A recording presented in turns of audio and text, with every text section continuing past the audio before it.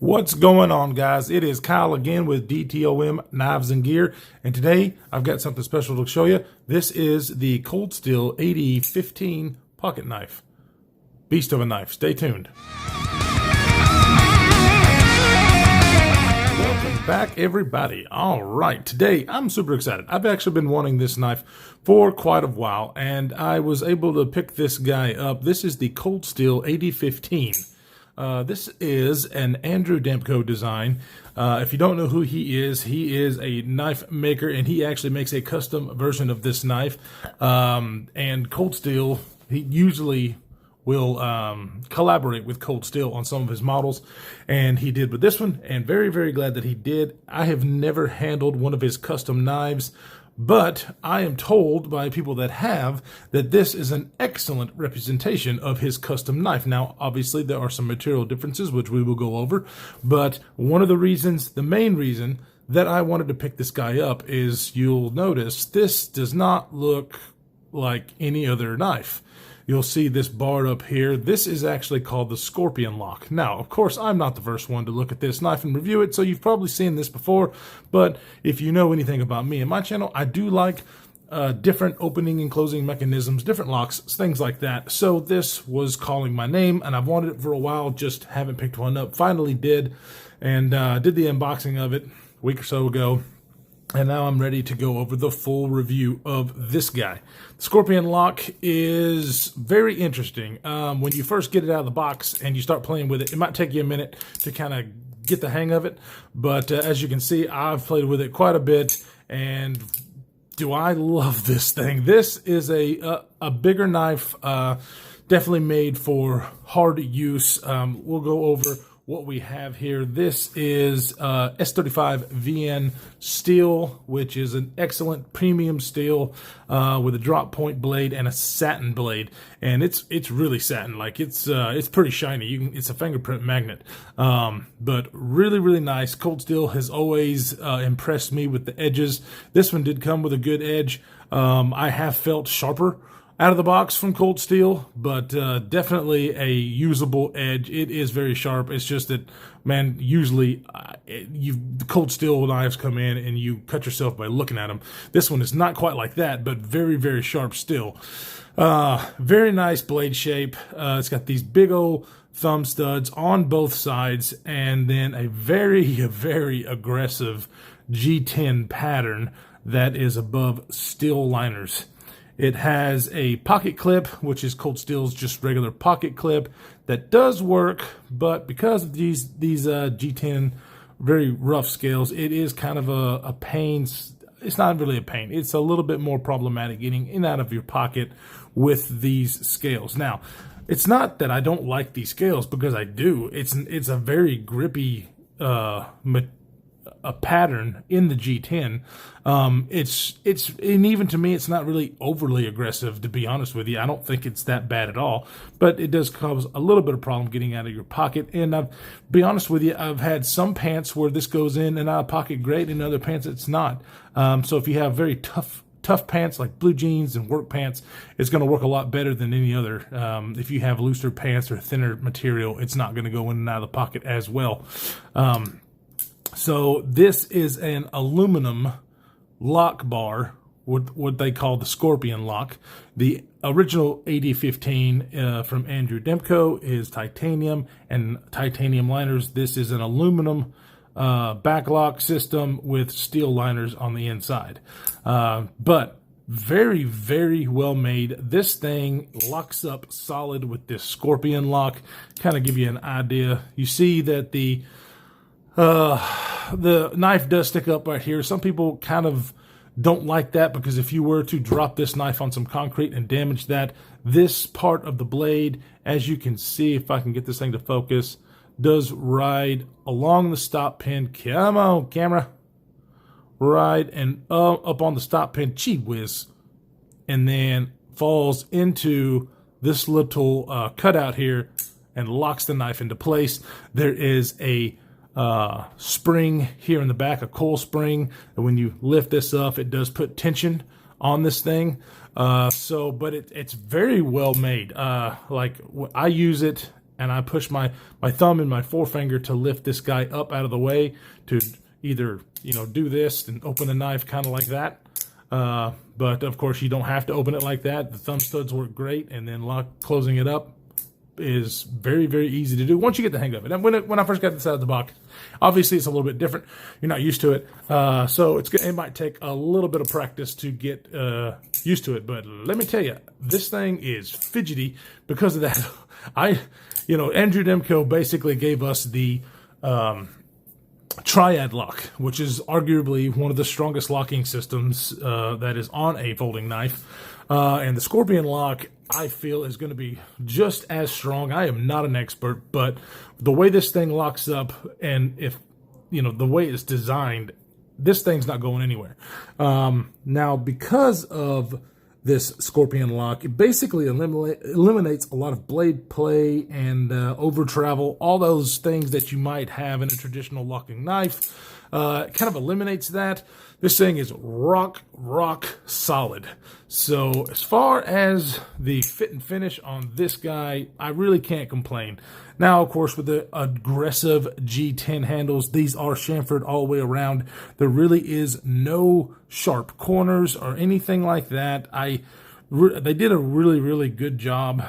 Like I said, the jimping or the G10 is aggressive, but it doesn't feel bad in the hand at all.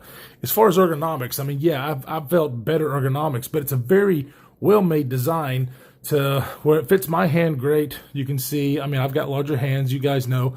Got a little bit sticking out there. I can, the jimping's in the right spot. It's one of those jimpings that I'm not a huge fan of, where it's big, huge cutouts like that. So it feels a little bit more aggressive than I think it needs to.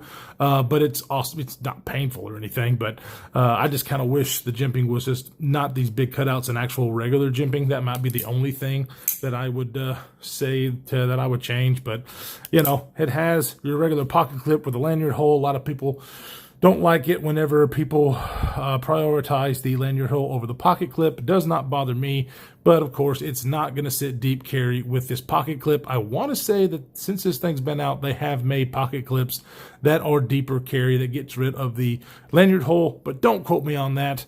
So, but anyways, you can choke up. You see there's a choil there, and you can choke up one knuckle to get really close to the blade and do some fine work. I did use this guy quite a bit since I have had it, and it performs like a dream. It is not the, what I do with my calipers. I don't know what I did with my calipers. It is not the thinnest, oh, there they are. Not the thinnest behind the edge, but it is not made to be a slicer. It is made to be a worker. Let's see if we can kind of get it. So about 25 thousandths or so behind the edge. So not a super slicing knife, but it cuts very, very well. I mean, it's just not a laser beam. It's not made to be like that. This is made to be a working knife. Let's go ahead and get some size comparisons. We're going to do some regular size comparisons so you guys can get an idea of the size. There it is against the PM2, and here it is against the Para 3. So you can see that it is a relatively large knife. So it's, it's bigger than the PM2, obviously smaller than the Para 3. As far as the width, they're about comparable to the PM2. I mean, you obviously got some different ergonomic design there, but very, very well done. I like this size of knife. I'm going to bring out some other working knives so we can get an idea of that. This is the Spyderco Shaman. This is one of the knives that I consider to be a worker. Very excellent knife, ergonomic design that I will use for those applications. Another Spyderco working knife that I use just to get outdoors and get some work done. There it is, comparatively speaking, pretty close to the Manix 2XL. As far as size is concerned. Just a couple more. Here it is against the Spyderco Tough. So pretty close in that regard as well. So you're familiar with any of those, then you will know exactly how big this guy is. Now, this is a big knife, but guess what? Cold Steel makes really big knives. There it is against the Voyager XL Tonto. So, it's big, but it's not huge. So, now, The other, maybe, I guess, outdoor knife that I want to compare it to is the Medford 187. As you can see, it is smaller than the Medford 187. And this one it's still very pocketable. That's what I'm saying. As you can see the difference in the thickness. It's just a little bit thinner than the, 187, which is 187 thick scales. So it does carry in the pocket surprisingly well for its size. I mean, and it really doesn't even feel that big when you're holding the knife in hand compared to some of the others, I mean, it really feels comparable, but it does when you have it in this configuration, just looks like a chunk. And of course, it is a chunk. It's not a super lightweight knife. It is not designed to be that way. It is a worker. So you are going to sacrifice a little bit of weight. This is 6.4 ounces. So it has, a blade length of 3.625. So obviously more than the ounce an inch by quite a bit. But that's, of course, something that I don't mind. You guys know that. I really, really like this design a lot. Because usually with big, heavy, overbuilt knives, the fidget factor, it kind of goes away, or not really goes away, but it's not something that a lot of people are looking for in a big old, working knife. This thing is so fidgety with that scorpion lock. I played with this thing nonstop and freaking just enjoyed the hell out of it. Because of the way the knife works as far as the action, it is smooth. It's not like, as smooth as a Chris Reeves Benza or something like that, but it's very smooth and deploys very well. It is running on phosphor bronze washers as well as Teflon washers. They have Teflon and phosphor bronze. Not exactly sure why they chose that. I'm not going to argue with it because it works. I have not taken this knife apart. If you want to see this knife being taken apart, there's quite a few channels out there that have done it. And it's relatively simple. You do have a pivot screw, and then I actually still call this a pivot screw because it holds down the scorpion lock. And then behind here is a coil spring that rides on top of where the lanyard tube is to have the compression for this. So simple design. That works really, really well. Now we've done some size comparisons. The overall length of this guy is 8.5 inches. So, I like that size of knife. I know a lot of people don't, but this size of knife works well for me and my big hands. And like I said, it's got a 3.625 inch blade with a 3.5 inch cutting length. You get an 1.25 inches of the blade width, and it's about 150 thousandths of the S35vn Steel. So 150 thousandths is, not a tremendous amount. You've got, let's see, I want to say that the Mannix is thinner than that. Yep. So there's about 120 thousandths or so on the Mannix. Of course, on the Medford's a 187. Let's see what it is on the Shaman. The Shaman is about 143. So it's pretty comparable to the Shaman as far as the blade thickness. So I think it's a good thickness. I don't think it's too thin or too thick. I think it's right there in the sweet spot. And but yeah, as far as Andrew Demko is just, he really is a genius of a designer. I'm so happy that he put this together. It's just different. You haven't seen this lock on anything else. He's also the designer of the AD-10, which is also a great outdoor, just a big working knife, and it's not even that big. Everybody says it's big. It's really not that big, and neither is this. But they're really well built. The AD-10 has the triad lock. This one has the scorpion lock, and then he has also recently came out with the AD-20, which I would love to get my hands on, but those are just too expensive for me right now.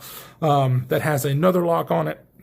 The guy is just a genius. So he's coming up with all these different cool things, and it makes me happy because I like to see different things instead of the same old stuff all the time. And so that's why I really liked this knife. Now, this knife was purchased I think for about $160. That's about what they came new. And then whenever I was looking at it, one of the reasons that I did not purchase it right away, because the price jumped.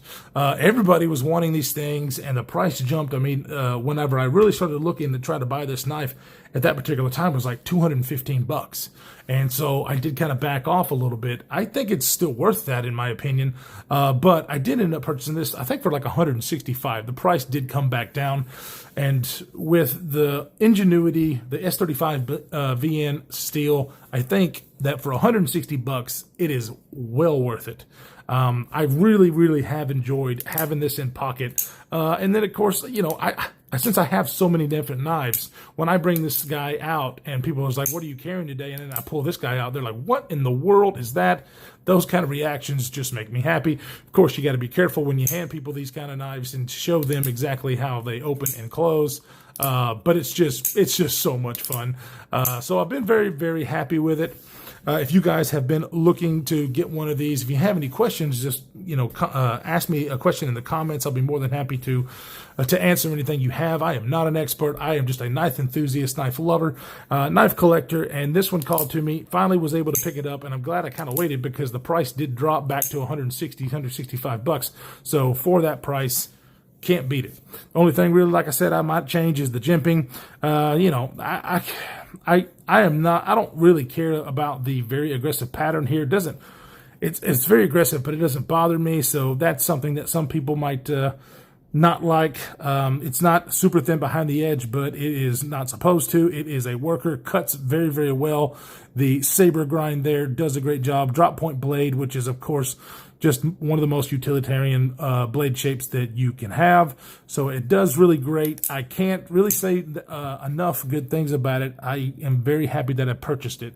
So guys, if you like this kind of stuff, hit that like button. If you want to see more, go ahead and hit the subscribe button.